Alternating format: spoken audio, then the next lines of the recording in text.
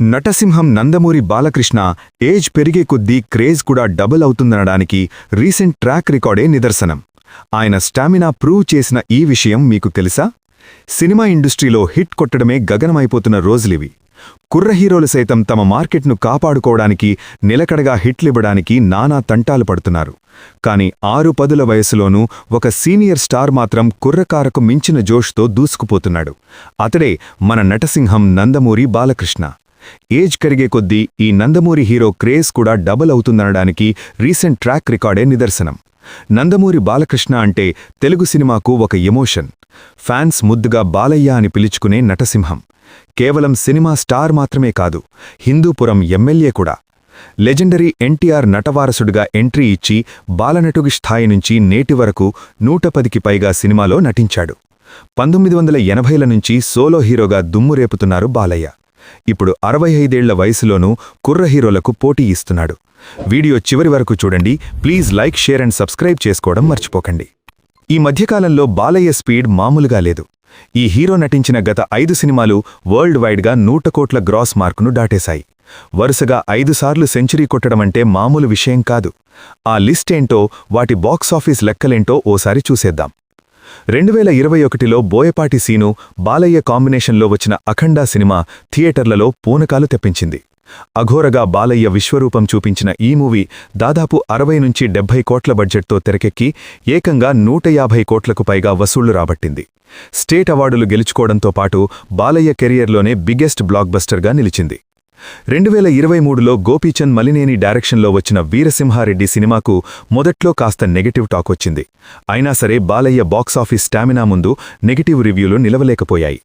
ఇందులోనూ dual రోల్లో అదరగొట్టి ప్రపంచవ్యాప్తంగా 134 కోట్లు కొల్లగొట్టాడు. 70-90 కోట్ల బడ్జెట్తో వచ్చిన ఈ మూవీ కమర్షియల్గా సత్తా చాటింది. 2023లో అనిల్ రావుపుడి డైరెక్షన్లో వచ్చిన భగవంత్ కేసరి మూవీ కమర్షియల్ సక్సెస్తో పాటు విమర్శకుల ప్రశంసలు కూడా అందుకుంది. కేవలం 65 కోట్ల బడ్జెట్తో రూపొందిన ఈ సినిమా బాక్సాఫీస్ దగ్గర 138 కోట్లు వసూలు చేసింది. ఈ సినిమాలో బాలయ్య పిల్లలకు గుడ్ టచ్, బ్యాడ్ టచ్ గురించి చెప్పే సీన్ తమిళ్ స్టార్ విజయ్కు బాగా నచ్చిందట. కేవలం ఆ ఒక్క సీన్ కోసమే మేకర్స్ దాదాపు 4.5 కోట్లు చెల్లించి రైట్స్ తీసుకున్నారని ఇండస్ట్రీ టాక్. ఇదొక రేర్ రికార్డ్ అనే చెప్పాలి. 2025 సంక్రాంతి రేసులో దిగిన periodic action thriller Daaku Maharaj మరోసారి బాలయ్య మాసేన్తో చూపించింది. బందిపోటు దొంగగా బాలయ్య, విలన్గా బాబీ నటించిన ఈ సినిమాను 100 కోట్ల భారీ బడ్జెట్తో తెరకెక్కించారు. ఈ మూవీ వరల్డ్ వైడ్గా 130 కోట్లకు పైగా వసూలు చేసి హిట్ లిస్ట్లో చేరింది. 2025లో బ్లాక్ బస్టర్ అఖండాకు సీక్వెల్గా వచ్చిన అఖండ 2 తాండవం సినిమా కూడా 100 కోట్ల క్లబ్లో చేరింది. అయితే సినిమా 112 కోట్లు వసూలు చేసిన బడ్జెట్ ఏకంగా 200 కోట్లు కావడంతో ఫైనాన్షియల్గా ఇది నిరాశపరిచింది. భారీ బడ్జెట్ సినిమాలు కేవలం 100 కోట్లు దాటితే సరిపోదని, బడ్జెట్ కంట్రోల్ కూడా ముఖ్యమని ఈ సినిమా నిరూపించింది. జయాపాజయాలు పక్కన పెడితే 65 ఏళ్ల వయసులో బ్యాక్ టు బ్యాక్ 5 సార్లు 100 కోట్ల మార్కు దాటించడం ఒక్క బాలయ్యకే చెల్లింది. నటసింహం బాలకృష్ణతో కలిసి మెగాస్టార్ చిరంజీవి ఒక మల్టీస్టారర్ చిత్రం చేయాలని ఉందని పబ్లిక్గా ప్రకటించిన సంగతి తెలిసిందే. దర్శకుడిగా ఆ ఛాన్స్ కూడా బోయపాటి సీనుకే ఇచ్చారు చిరంజీవి.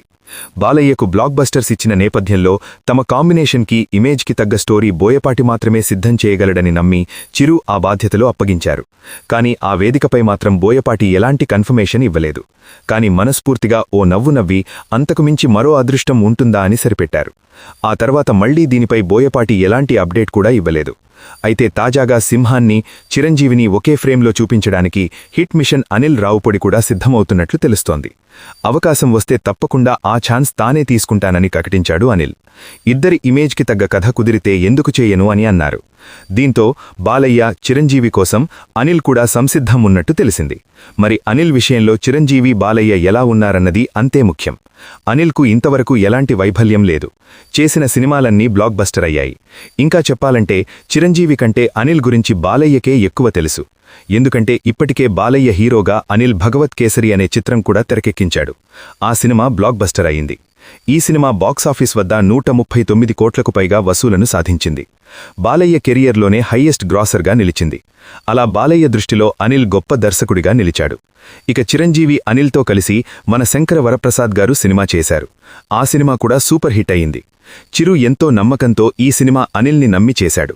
సంక్రాంతికి ఈ సినిమా రిలీజ్ అయ్యి బ్లాక్ బస్టర్ అయింది. అనిల్కు మరో ఛాన్స్ ఇవ్వడానికి చిరంజీవి ఇప్పుడు ఎంతమాత్రం వెనకడుగు వేసే ప్రసక్తే లేదు. ఈ నేపథ్యంలో అనిల్, చిరు, బాలయ్యలను సరైన స్టోరీతో అప్రోచ్ అయితే మల్టీస్టారర్కు పెద్దగా సమయం పట్టదు. కానీ ఎక్కడో సమస్య ఉంది. ప్రస్తుతం చిరు, బాలయ్య మధ్య సఖ్యత ఎలా ఉందన్నది కీలకం. ఆ మధ్య అసెంబ్లీలో బాలయ్య చిరంజీవిని ఉద్దేశించి చేసిన వ్యాఖ్యలు ఎంతటి దుమారం రేపాయో తెలిసిందే. ప్రతిగా ఆ వ్యాఖ్యలకు చిరంజీవి కౌంటర్ వేయడంతో సన్నివేశం మరింత రసవత్తరంగా మారింది. సోషల్ మీడియా వేదికగా అభిమానుల మధ్య వైషమ్యాలు మళ్లీ మొదలైనట్లు కనిపించింది. కానీ రాజకీయంగా పవన్ కళ్యాణ్ టీడీపీ, బీజేపీతో కలిసి ప్రయాణం చేస్తుండడంతో ఆ వివాదం అక్కడితో చల్లారినట్లు కనిపించింది. మరి ఈ పరిస్థితులు మల్టీస్టారర్పై ఎలాంటి ప్రభావాన్ని చూపిస్తాయి అన్నది చూడాలి.